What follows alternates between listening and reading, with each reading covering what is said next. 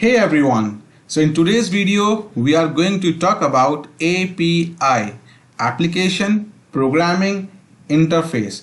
So let's start with some example to get the understanding. So here we have a well-known application to book hotels, that is www.makemytrip.com. So let's provide some information, let's say hotel name, check-in, check-out, room and guest, and then click on search button.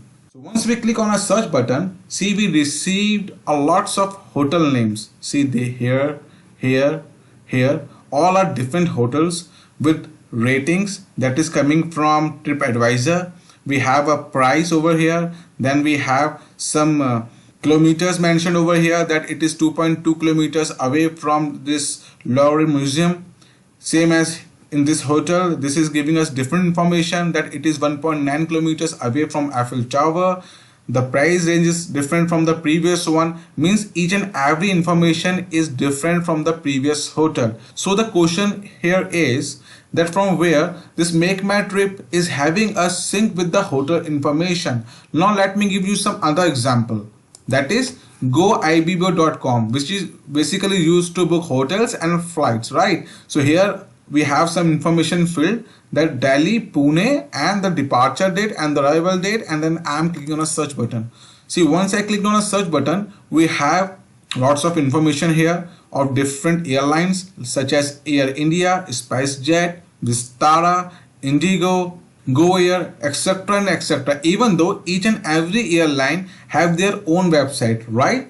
So here we also having the same questions which we have in a Make My Trip, that from where these applications are getting this information, how these web applications are getting the informations of different airlines separately, and all the information which is mentioned over here, the same information is available on this airlines also, right? So same as this, we have thousands of examples like yatra.com, trivago.com, etc. and etc. All these web applications are getting the data from the hotels. Some flight booking websites are getting the data from airlines, right? So here the API comes into picture. So basically API helps the two applications to communicate with each other. So let's say in this case, in this goibibo.com, what is actually happening is that these Air India, Asia India, Go Air, Indigo, SpiceJet, Vistara, all these airlines have their own specific API. So what they do, they basically share that API with this goibibo.com, and this goibibo.com is basically using that API to get this all information, right? So API is basically used by two applications so that they can communicate with each other. So now you are thinking that why API is required. So let's say if Air India allows goibibo.com to access their database. Okay, so is it secureable? No, because if they provide their database access to goibibo, then goibibo or any other web application can fetch any details from it, right? That is not feasible in terms of security. So the solution is the Air India or any other this airline will create a API which provides set of routines, instructions and protocol. Okay, it is kind of like a code which they will share to goibibo.com, and goibibo.com will use that particular API or interface or that code and access that the required information only. They don't have access to a complete database. What they will do, they will send a request to AirAsia that this information they need, and then AirAsia respond back that information to goibibo, and that information is visible over here. So in this way API basically works, right? So for API, the two things are required. The first thing is medium and the second thing is format. So medium is basically when we are talking about like web application, then the medium is HTTP and the format is JSON or XML, right? We all heard about like REST API, RESTful APIs and SOAP API, right? So SOAP API basically use XML format and RESTful API basically use JSON format. So let me give you some real world example. Let's say you are talking to someone over phone, okay? And so communication is going on, right? So what is the medium and what is the format? So the medium is phone, means you are communicating through phone. And what is the format? Format is language. Let's say I'm talking in English and you are listening in English. It means the format is English. Okay, so JSON and XML are format which tells that what kind of information at what format is required, and the medium to so that the two applications can communicate with each other is basically HTTP in terms of web application. Okay, and API is basically platform free, means the applications either they are built up in Linux, Unix, Windows, or in any language, they can communicate with each other. So let me give you one more example which will clear your all doubts. So see, we have our application over here, that is Pinterest. So I have clicked on sign up button. So it is asking me to give email, create a password or age, or there is two alternate ways as well: continue with Facebook and continue with Google. Okay, so if I click with continue with Facebook, then it will access my information from the Facebook and allow me to log in Pinterest. Even though if I click on continue with Google, it will fetch my login credentials from Google and allow me to access the site. So but Pinterest is not from Facebook, not from Google. So how it is doing that?